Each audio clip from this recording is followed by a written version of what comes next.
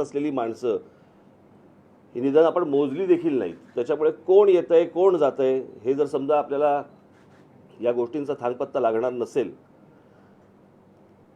तर आज करोना आहे, उद्या अजून काहीतरी असेल. हे दुष्टचक्र न थांबणार आहे. आपण या सगळ्या गोष्टींना वेळीच बंधनं घालत नाही आहोत. कोणी येतंय कोणी जातंय आणि त्या सगळ्या ह्याच्यामध्ये महाराष्ट्रामधला नागरिक हा घरामध्ये अडकून पडतोय. हे काही चित्र चांगलं नाही आहे. परत परत लॉकडाऊन उभं राहणं आणि त्याच्यामध्ये सगळ्यांचीच वाताहत होणं, नोकरी करत असलेल्या लोकांचीही होणं, व्यापाऱ्यांचीही होणं, तुमच्या विद्यार्थ्यांचीही होणं, हे काही चांगलं लक्षण नाही. त्यामुळे मी काल त्यांच्याशी बोलत असताना माझ्याकडे अनेक तक्रारी आल्या गेल्या 2-4 दिवसामध्ये, आठवड्याभरामध्ये, आणि अनेक सूचना देखील आल्या. मी काही तक्रारींचा पाढा वाचला नाही, मी सूचनांचा पाढा वाचला. आणि त्याच्यापैकी काही सूचना ज्या मी त्यांना केल्या ते काढून टाक. काही सूचना मी ज्या काही त्यांना केल्या त्या मी फक्त आपल्यासमोर आणि आपल्या मार्फत जनतेसमोर मी वाचून दाखवतोय.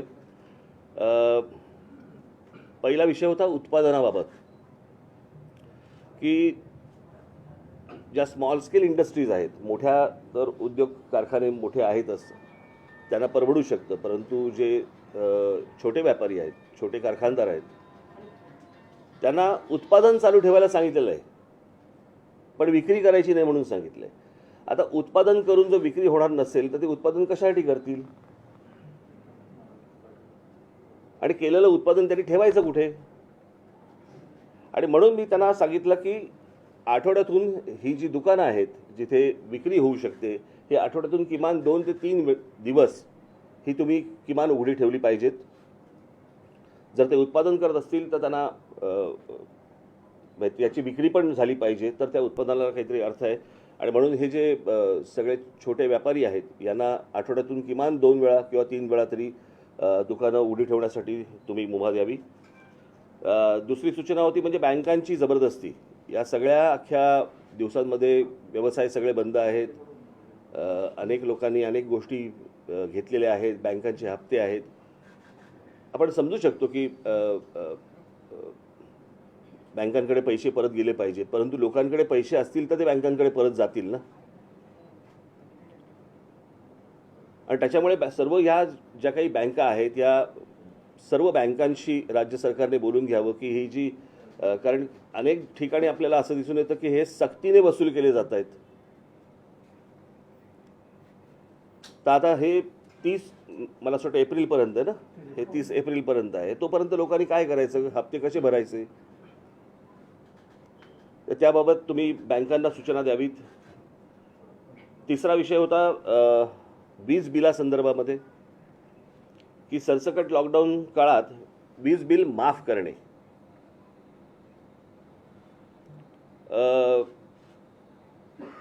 जे व्यावसायिक आहेत त्यांना 50% व्यवसाय कर म्हणजे GST बाबत राज्य सरकारने सवलत द्यावी आणि या बाबतीत केंद्र सरकारशी बोलून घ्यावं. खरं तर केंद्र सरकारकडनं अनेक GSTचे पैसे यायचे बाकी आहेत, परंतु किमान आत्ता लोकांना दिलासा मिळणं गरजेचं आहे, दिलासा देणं गरजेचं आहे. कारण हे सतत वारंवार तुमच्या काय रुग्णांचे आकडे वाढणं आणि मग तुम्ही लॉकडाऊन लावणं आणि हे सततचे काही प्रकार योग्य होणार नाहीत. आणि सगळं म्हणजे अर्थव्यवस्था तर कोसळलेलीच आहे, समाज मनही कोसळलेलं आहे, आणि मग त्याच्यातनं उरेल काय, आपल्या हाताला काय लागेल. चौथा विषय होता कंत्राटी कामगारांच्या संदर्भामधला, की हा आत्ता गेल्या लॉकडाऊनच्या वेळेला अनेक कंत्राटी कामगारांना राज्य सरकारने घेतले होते आणि मग जशी ती लाट ओसरत गेली तशी त्या सगळ्या कामगारांना काढून टाकले. तर मी त्यांना म्हटलं की ह्या कामगारांना परत बोलवा, या कंत्राटी कामगारांना परत बोलवा आणि जर जमलं तर महानगरपालिका किंवा इतर ठिकाणी ह्यांना कायमस्वरूपी तुम्ही घेऊन टाका. कारण हे दरवेळेचं आपल्याला काहीतरी तहान लागली की आपण विहीर खणायची, हे प्रत्येक वेळेला काही बरोबर नाही होणार. त्याच्यामुळे हा कामगारांचा विषय जो आहे कंत्राटी कामगारांचा, तो देखील त्यांनी लक्ष द्यावं. हे मी ह्या सगळ्या गोष्टी सूचना करत असताना त्यांनी सूचना ही योग्य आहेत आणि ह्याची लवकरात लवकर मी मंत्रिमंडळाशी बोलून त्याच्यावरती उपाययोजना करतो म्हणून त्यांनी सांगितलं आहे. त्याच्यानंतर मनोरंजन क्षेत्र, ह्या जिम, काय सलून बिलून, यांनाही आठवड्यातून किमान 2 ते 3 वेळा त्यांची दुकानं उघडी ठेवण्यासाठी म्हणून त्यांना परवानगी द्यावी. क्रीडा क्षेत्रामध्ये आता ते स्विमिंग पूल वगैरे सगळे बंद आहेत, आपण समजू शकतो, चला स्विमिंग पूल वगैरे बंद आहेत, परंतु जे खेळाडू जे सराव करतायत, या सराव करणाऱ्या सर्व खेळाडूंसाठी काही सवलत असणं गरजेचं आहे. मग त्यांना स्विमिंग पूल किंवा त्यांची जो काही खेळ खेळत असतील त्याप्रमाणे तिकडे त्यांना सराव करण्यासाठी त्यांना परवानगी मिळणं गरजेचं आहे, आवश्यक आहे. की अनेक तुमचे काय हे बॉडी बिल्डर्स असतात, त्यांना जिम्स उपलब्ध नाही आहेत, अनेक इतर वेगवेगळ्या खेळाडू जे असतात की जिकडे गर्दी होणार नाही परंतु त्यांना सराव करता येईल, त्यासाठी सरकारने त्यांना मदत करावी. सरकारची आत्ताच तिजोरीची हालत आपण ऐकली या गेल्या अर्थसंकल्पामध्ये. तरीही मी त्यांना एक सांगितलं, म्हटलं शेतकऱ्यांना ह्या संपूर्ण काळामध्ये म्हटलं तुम्ही एक काही हमीभाव द्यावा राज्य सरकारने, कारण पुन्हा परत तो जर शेतकरी परत कोसळला तर पुन्हा अजून मोठं संकट आपल्यावरती येईल. शेवटची सूचना मी त्यांना केली होती शाळांच्या संदर्भामध्ये, की शाळा तर बंद आहेत, परंतु शाळा ज्या फिया आकारतायत या तशाच आहेत. आणि जर समजा ह्या शाळांना सांगितलं गेलं नाही की तुमच्या फिया आत्ता तुम्ही घेऊ नका किंवा काही अर्ध्या घ्या किंवा काही, एक तर मुलांची वर्षाच्या वर्ष 1.5 वर्ष फुकट गेलेलं आहे. आता 10वी 12वीची परीक्षेला बसलेले आहेत. खरं तर ह्या 10वी 12वीच्या पोरांना प्रमोटच केले पाहिजेत. यांच्या परीक्षा न घेता यांना पुढे ढकलले पाहिजेत. कारण ते कोणत्या मानसिकतेमध्ये असतील, काय असतील, आपल्याला काही कल्पना नाही. ही सगळी लहान मुलं, आपल्याही आयुष्यामध्ये असं पहिल्यांदाच असं घडतंय आणि ते तर लहान आहेत पोरं. ती कुठून अभ्यास करणार आहेत, काय करणार आहेत, कशी 10वीच्या परीक्षा देणार आहेत, कशा 12वीच्या परीक्षा काय करणार आहेत, त्याचा काय रिझल्ट येणार आहे, काहीच माहीत नाही आहे. आणि म्हणून मी राज्य सरकारला विनंती करेन की ह्या 10वी 12वीच्या ज्या मुलं आहेत ह्यांना जसं खालच्या विद्यार्थ्यांना जसं प्रमोट करतात तसं 10वी 12वीच्या विद्यार्थ्यांना पुढे तुम्ही ढकलावं. त्याच्यामध्ये शाळा ज्या आहेत, शाळांमधले जे कर्मचारी आहेत, शाळांना पैसे येत नाही आहेत. उद्या शाळांमधले जे काही कर्मचारी आहेत ह्यांना शाळा पगार कुठून देणार आहे. सो जसा विद्यार्थ्यांचा विचार फियांच्या संदर्भामध्ये राज्य सरकारने करावा, तसाच शाळांचा देखील विचार हा राज्य सरकारने केला पाहिजे. अशा काही महत्त्वाच्या सूचना मी काल मुख्यमंत्र्यांना केल्या आणि त्याच्यावरती त्यांच्याकडनं मला ऐकायला तरी मला गोष्ट पॉझिटिव्ह दिसली की ते याच्यावरती तात्काळ कारवाई करतील, या गोष्टीमध्ये लक्ष घालतील. राज्य सरकारमधल्या इतर मंत्र्यांशी बोलून त्याच्यामध्ये काही लोकांना सूट मिळेल अशी मला अपेक्षा आहे. अजून प्रश्न असा आहे की आपण आता पूर्ण कोविड काळामध्ये पॉझिटिव्ह येणं ह्याच्या खूप पलीकडे गेलो आणि जे लोक गंभीर आहेत त्यांना वाचवण्याचं काम सरकारनं केलं पाहिजे. पण जे मेडिकल इन्फ्रास्ट्रक्चर आहे ते आधीपासून लिमिटेड होतं, तेही एका वर्षात उभारलं गेलं नाही. खरं हे होय, अर्थातच. कारण हे तुम्हाला ही लक्षणं दिसायला लागली साधारणपणे जानेवारी एंडच्या पासून तुम्हाला ही परत लक्षणं दिसायला लागली. आणि दिसायला लागल्यावरती तात्काळ याच्यावरती राज्य सरकारने, महानगरपालिकांनी याच्यावरती काही त्या दृष्टिकोनातनं पावलं टाकणं आवश्यक होतं. की लगेच अगदी एवढी लाट येईपर्यंतची वाट बघण्यात काही अर्थ नव्हता त्या गोष्टीला. आणि मागच्या वेळेला जसं केलं होतं आणि तो जो काय खर्च झाला असता, आम्ही दुर्लक्ष केलं असतं, कोणाला कंत्राट दिली, कोणाला काय केलं, परंतु लोकांना किमान बेड तरी मिळाले पाहिजे होते. आज सगळ्या हॉस्पिटल्समध्ये जर परिस्थिती तुम्ही बघितली तर आज जवळपास सगळी हॉस्पिटल्स बेड्स देत नाही आहेत, बेड्स असून देत नाही आहेत. जर कोणी कोविड पेशंट गेला, म्हणजे मी आत्ताच माहिती घेत होतो की अनेक ठिकाणी हॉस्पिटलमध्ये गेलेले पेशंट हे एकेका हॉस्पिटलमध्ये 2-3 दगावले की बेड्स मिळाले नाहीत म्हणून. आणि हॉस्पिटलकडे बेड्स असताना जर समजा ते युटिलाइज होत नसतील, जर ते वापरले जात नसतील, मग ही हॉस्पिटल करायची काय. एक तर ही महानगरपालिकांच्या जमिनींवरती उभी आहेत. महानगरपालिकांचं पाणी, वीज, राज्य सरकारच्या सगळ्या सवलती ह्यांना सगळ्या गोष्टींच्या मिळत असतात. आणि त्याच्यानंतर जर ज्या वेळेला तुम्हाला राज्यावरती ज्या वेळेला संकट येतं त्यावेळेला ह्यानी हात पुढे नको करायला. मग मला तिकडे ठाण्याच्या एका कुठचं अपोलो हॉस्पिटल का काहीतरी तिकडे ग्लोबल हॉस्पिटल तिकडे किती बेड्स दाखवत आहेत? 1000 बेड्स आहेत दाखवत आहेत. आणि कोणी गेलं तर म्हणतात की तिकडे बेड्स नाही आहेत आणि 200-250 बेड्स रिकामे आहेत. मग तर विचारपूस केली तर कळतं मग आमदार फोन करतात त्यांना बेड द्यायला लागतात, नगरसेवक फोन करतात त्यांना बेड द्यायला लागतात. अरे ह्याला काय अर्थ आहे? म्हणजे जो सर्वसामान्य नागरिक जो तिकडे जाणार तिथे तो म्हणणार की बाबा मला ताप आलाय, मला आता तुम्हाला बरं वाटत नाहीये, म्हणजे त्याला बेड नाही मिळणार.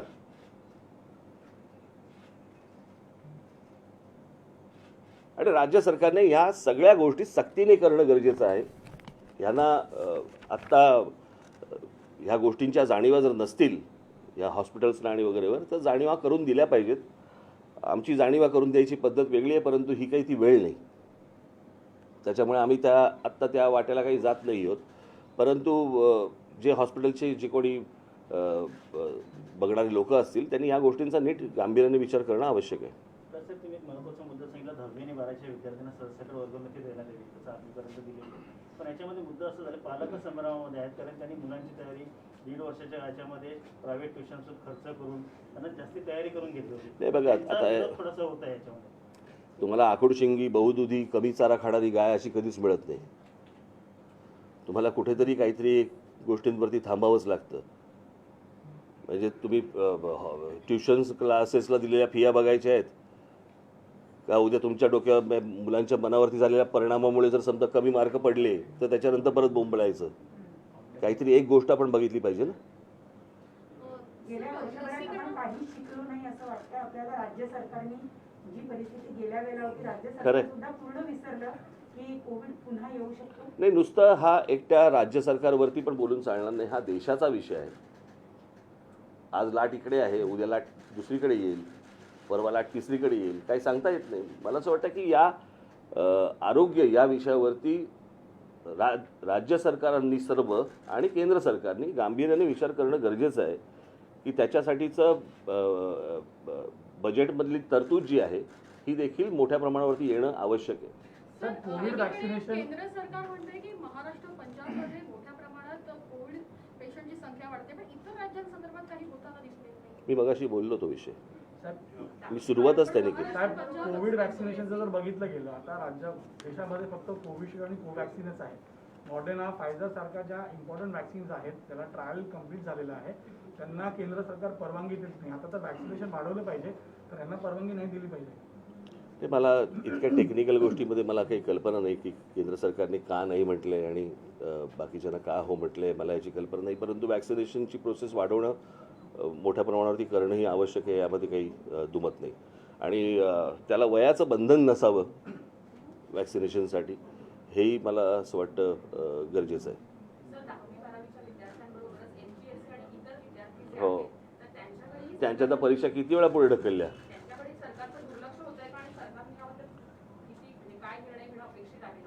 मला पण आता कळेन असं झालं नक्की लक्ष कशावरती द्यायचे. सरकारने तर दिलंच पाहिजे. आणि मुलांची वयं वाढत आहेत, जशी वयं वाढत आहेत तशी त्यांची त्या परीक्षांना जाणं कमी होणार, म्हणजे ते देऊ नाही शकणार परीक्षा.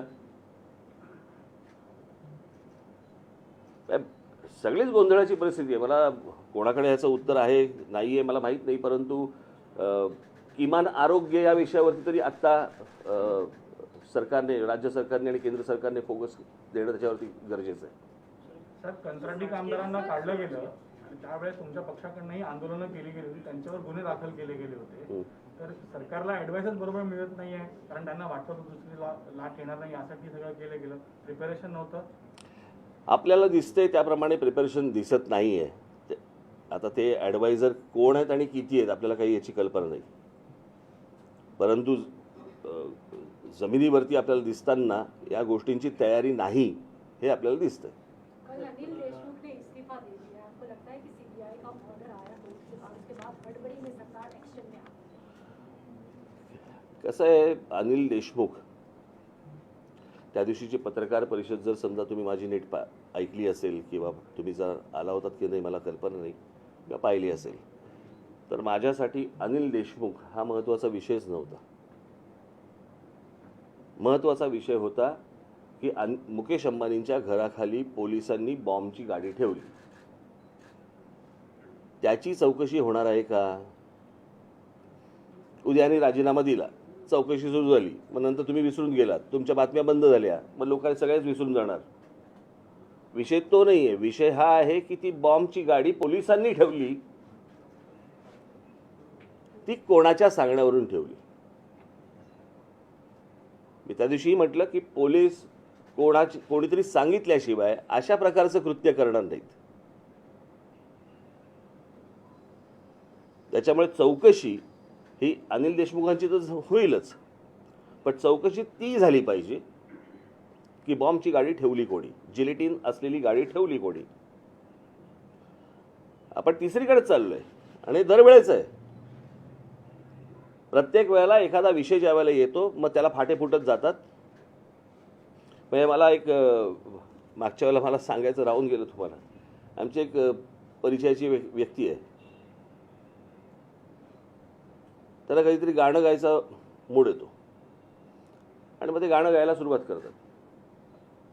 आणि गाणं गायला सुरुवात केली की मग एक ते तान देतात जोरात, आणि ती तान इतकी जाते, इतकी पुढे जाते, इतकी जाते, नंतर ते मूळ गाणं विसरतात. आणि बाजूच्याला विचारतात कोणसा गाणं गा रहा था, मग आम्ही सांगायचं हे गाणं गाताय तुम्ही. अच्छा अच्छा, मग हे गाणं. कळलं का? ते तुमचं सगळं असं चालू आहे सगळं आत्ता, की मूळ विषय कुठचा निघतो तो नंतर कुठेतरी भरकडत भलतीकडेच जातो. आणि कशापासून सुरुवात झाली या गोष्टींची हे आपण बघतच नाही होत. इसके पहले भी कई केसों में हमने देखा, जैसे सुशांत का हो या आरूषि का केस हो, कई सारे केस में ऐसा ही हुआ, मुद्दा पटक गया. आपको लगता है कि एक केस में ये मुद्दा पूरा पटक गया है और जो क्या हुआ था, किसने म्हणजे सुशांतच्या केसमध्ये बिचार सुशांतने आत्महत्या केली आणि जेलमध्ये गेला अर्णव. आता कशाचा कशाला काही संबंध आहे का मला जरा सांगा. हे तसंच झालं, ही वेगळी ताण लावलीत ना तुम्ही, त्याच्यामुळे मूळ मुद्दा गेला. पण एनआयए म्हणते की तपास योग्य दिशेला आहे. आता हत्येचा आणि ह्या स्फोटकं ठेवण्याचं प्रकरण आहे. प्रकरण बाहेर येण्याशी मतलब आहे, बाहेर यावं. हे सरकार जे आहे मागील 1.25 वर्षापासून आपण पाहतोय, 2 मंत्र्यांना राजीनामे द्यावे लागले, अनेक प्रकरणं समोर आली, बदनामी झाली, म्हणून कामापेक्षा बदनामीमध्ये गुंतून राहिल्यासारखं आपल्याला वाटतं. मला काल एक फार चांगला कोणीतरी विनोद पाठवला की उद्धव ठाकरेंच्या हातामध्ये राज्य आलंय का त्यांच्यावरती राज्य आलंय.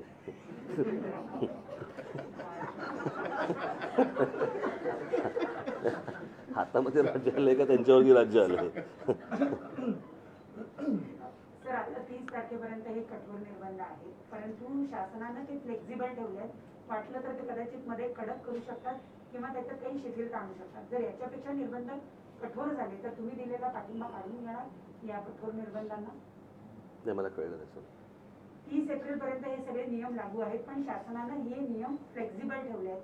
तर त्यांना वाटलं तर ते याच्यापेक्षा कठोर करू शकतात. मागच्या वेळेला जेव्हा लॉकडाऊन झाला त्यावेळेला लोकांनी हा लॉकडाऊन अंदाज नाही आला, परंतु पोलीस आणि इतर सगळ्या गोष्टींच्या सक्तीनंतर तो बराचसा पाळला गेला, बऱ्यापैकी पाळला गेला. आत्ता लोकांना या सगळ्या गोष्टींची नीट जाणीव झाली की हे जर समजा पाळलं नाही गेलं, पुन्हा कठोर जर समजा लॉकडाऊन आला तर अजून आपल्याला त्रास होईल. त्याच्यामुळे सर्वच जण नीट लॉकडाऊन पाळतील अशी मला तरी आता आशा वाटते.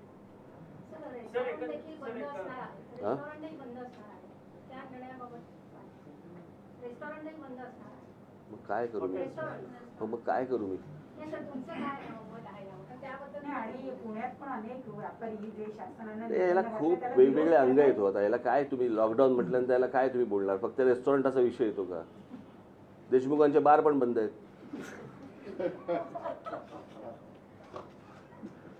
सर, गृहमंत्री अनिल देशमुखांचं डिपेंड करायला शरद पवार साहेब समोर येतात, दोनदा पत्रकार परिषदा घेतात त्यांच्या संदर्भातल्या, आणि आता पुन्हा त्यांना आता राजीनामा द्यावा लागतो नैतिकतेच्या मुद्द्यावरून. त्यांची नैतिकता उशिरा सुचली आहे का, आणि एकंदरीत शरद पवारांचं हे अपयश आहे? कसलं अपयश याच्यामध्ये? त्यांनी राजीनामा दिला तसं. नाही, कसं आहे, या सगळ्या याच्यामध्ये तुम्ही थोडासा वेळ देणं पण गरजेचं आहे की एक काय तो कोण कमिशनर होता परमवीर सिंग यांना 100 कोटीचा साक्षात्कार त्यांना काढल्यावरती का झाला आणि समजा काढलं नसतं तर ते ही गोष्ट बोलले असते का, तर ती गोष्ट तपासून घेणं पण तितकीच गरजेची आहे. पण ते जे बोलले की तुम्ही बारमध्ये आणि रेस्टॉरंटमध्ये जाऊन तुम्ही पैसे गोळा करा, लांछनास्पद आहे. पण त्या बदल्यांचाही बाजार केला गेला स्वतः एक ते केला अहो, तुम्ही आता काही नवीन पत्रकार आहात का? हे बदल्यांचे बाजार होतातच ना. एकदा मंत्रालयामध्ये जर समजा तुम्ही कान दिलेत, आता मला फार बोलायला पण तुमच्याबद्दल लावू नका. तुमचेही अनेक लोक तिकडे असतात बदल्या घेऊन. असं 40 दिवसामध्ये दोन मंत्र्यांचे राजीनामे सध्या ह्याच्यामध्ये बघायला मिळाले आहेत आणि एकीकडे विरोधक म्हणतात की आणखी नाही असेच राजीनामे याच्या पुढे देखील बघायला मिळतील. तर कोरोना परिस्थिती गंभीर आहे आणि याच्यामध्ये हे राजकारण येतंय. आता आपण करोनाबद्दल बोलू, करोनामधनं बाहेर येऊ. असं 40 दिवसामध्ये 2 मंत्र्यांचे राजीनामे सध्या सत्ताधारी पक्षांचे बघायला मिळतात. आता मिळतात म्हणजे केलंच काम तसं तर मिळणारच ना तुम्हाला बघायला. तसं जर अजून झालं तर अजून मिळतील. राजकीय प्रश्न फक्त सत्ता पाडण्यासाठीच प्रयत्न करते. जनतेचे इतर प्रश्न बरेच आहेत. या हे बघा पहिली गोष्ट, सत्ता पाडण्यासाठी जर समजा प्रयत्न होत असतील तर त्या मंत्र्यांकडनंही काहीतरी कृत्य होतंय ना. कळलं का? ती काय इमारत आहे का खालचे पिलर काढले? त्या मंत्र्यांकडनं असं काहीतरी घडतंय ज्याच्यातनं त्यांना राजीनामे द्यावे लागत आहेत. ही पण गोष्ट बघितली पाहिजे. नुसतं असं सरकार काय असंच पाडता येत नाही. नाही, पण मध्यंतरी बातमी अशी आली की पवार साहेब अमित शहा यांना भेटायला अहमदाबादला गेले आणि या सगळ्या परिस्थितीमध्ये एनसीपीचं डेस्परेशन किंवा जी अडचण आहे ती समोर दिसते का? किंवा कारण त्याबद्दल दोन्ही पक्षांकडनं जे भाकीत केलं गेलं ते सगळं गुलदस्त्यात ठेवण्यात आली. माहित नाही मला काय कल्पना.